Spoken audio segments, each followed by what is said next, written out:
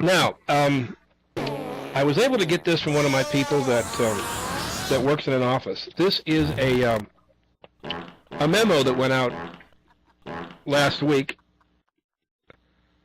regarding office party decorum. And this was sent from was sent to all employees of the Donner Blitzen Associates company. The subject is this year's Christmas party. This year's office party will be held at the Summit Inn on December 18th. Many of you have contacted the planning committee to express dissatisfaction with the date and location. However, as many of you are well aware, the Elk Lodge has refused to host any further Donner Blitzen Associates events following last year's party.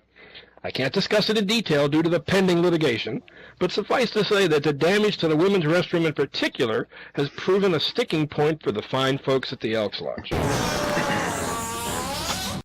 And with regards to the date, December 18th is a Thursday. This change was made at the request of Human Resources, who are of the opinion that holding the party on a weekday night will greatly reduce alcohol consumption. I don't agree with the decision personally, as my father was an alcoholic in the classic sense. He drank every single day of his adult life. Any particular day of the week didn't seem to show him down at all. I do think that regardless of blood alcohol content, there are certain activities that have plagued us in the past which are wholly inexcusable. Here's a list of 8 faux pas based on our company's past experience that outline what I consider unacceptable.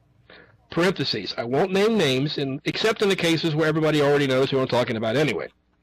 Number 1, volunteering for magic tricks without any undergarments. This also falls under the dress code guidelines that prohibit, quote, an observable lack of undergarments. It also applies to the woman in a skirt from receiving who flashed her Little Miss Muffet when the magician levitated her above the stage 2 years ago.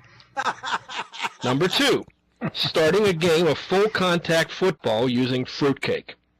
According to our insurance policy, fruitball is a major liability. Any combination of roughhousing and foodstuffs will be grounds for termination. Number 3, wearing reindeer antlers and asking if anybody, quote, wants a ride. This goes for both males and females.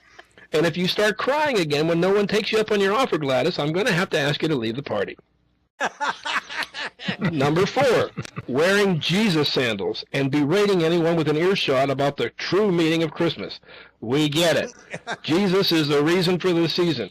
But the reason for the office party is to be social with coworkers in a fun environment. And I don't have to point out that the dress code applies to all company functions, and sandals are very clearly labeled unacceptable. Number 5, suggesting a threesome amongst 4 people. For the moment, let's forget the inappropriateness of soliciting your coworkers to act out your sexual fantasies. But Derek, you're in the accounting department, for Christ's sake. Are your math skills really that bad? Number 6. Number 6, bringing children, especially the smaller, louder ones. Your 30-year-old son who lives in your basement should also be left at home. Number 7, trying too hard to make a dramatic entrance. I don't think we've had to deal with this issue too much, except for with Chad and sales. Donning the Santa suit and landing a helicopter in the parking lot may have sounded like a good idea, but who could have predicted the ice storm that night? The helicopter crash into the children's hospital next to the Elk Lodge was regrettably tragic for all involved. The children who managed to live through that blazing inferno are forever scarred from the sight of Chad's mangled body in the Santa suit. And number 8, asking an employee if he or she wants to retire to the coat room for a, quote, quick reference or performance review. Okay, this is one I'll admit to. The music was loud, and I wanted to take Sherry someplace quiet to discuss her performance. I'm an expressive speaker, and often arch my eyebrows suggestively and make quotation marks with my hands to illustrate a point. In this case, Sherry, and the jury that heard this case, somehow confused my message for one of sexual intent. Lesson learned, I guess. I look forward to your full cooperation. Let's make this the best Donner Blitzen Associates Christmas party ever.